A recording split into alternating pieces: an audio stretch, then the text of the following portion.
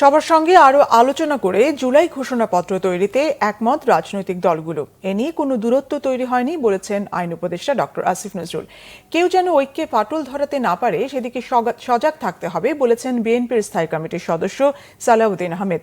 5.5 মাস পর ঘোষণাপত্রের এই উদ্যোগ কেন সে প্রশ্ন তুললেন তিনি।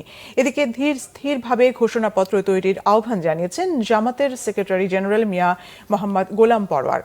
জুলাই ঘোষণাপত্র নিয়ে সর্বদলীয় বৈঠক শেষে তারা এসব কথা বলেন। জুলাই গণ অভ্যুত্থান ঘোষণাপত্র প্রণয়নের ব্যাপারে ঐক্যমত পোষণ করা হয়েছে। সবাই বলেছেন এই ধরনের একটা ঘোষণাপত্র দরকার আছে। তবে এখানে অনেক সাজেশন এসেছে।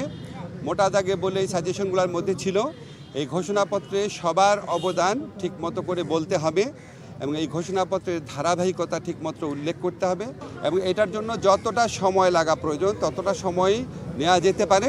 তবে চেষ্টা করা উচিত যাতে অযথা কালবিলম্ব না হয়, অযথা সময়ক্ষেপণ না হয়। সকল রাজনৈতিক দল যারা ফ্যাসিবাদ বিরোধী আন্দোলন সংগ্রামে জড়িত ছিল এবং আমাদের সাথে ছিল তাদের সবাইকে নিয়ে একটি অন্তর্ভুক্তিমূলক রাজনৈতিক যে কোনো বক্তব্য আমরা দিতে চাই।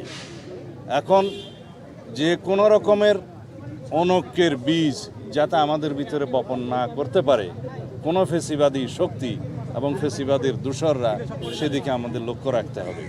সংস্কার এবং ঘোষণাপত্র ইত্যাদি বিষয়ে টোটাল কাঠামোগত ব্যাপারে, তার থিমের ব্যাপারে, দর্শনগত ব্যাপারে এর হোমওয়ার্ক কিভাবে হওয়া উচিত, কেন এটার প্রয়োজন হলো, এই সমস্ত সামগ্রিক কিছু আলোচনায় রাজনৈতিক নেতৃবৃন্দ অংশগ্রহণ করেছে। আমরা পরামর্শ দিয়েছি যে সরকারের এমন একটা মূল্যবান দলিল তৈরির পেছনে কোনো অস্থিরতা, কোনো অসঙ্গতি, কোনো সমন্বয়হীনতার প্রয়োজন নেই।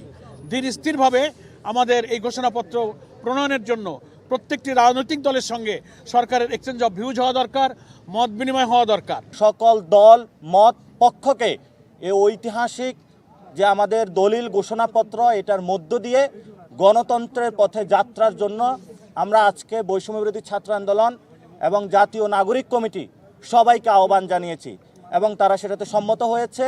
আশা করি তাদের এই যাত্রা একসাথে আমাদের অব্যাহত থাকবে ভবিষ্যতের বাংলাদেশে।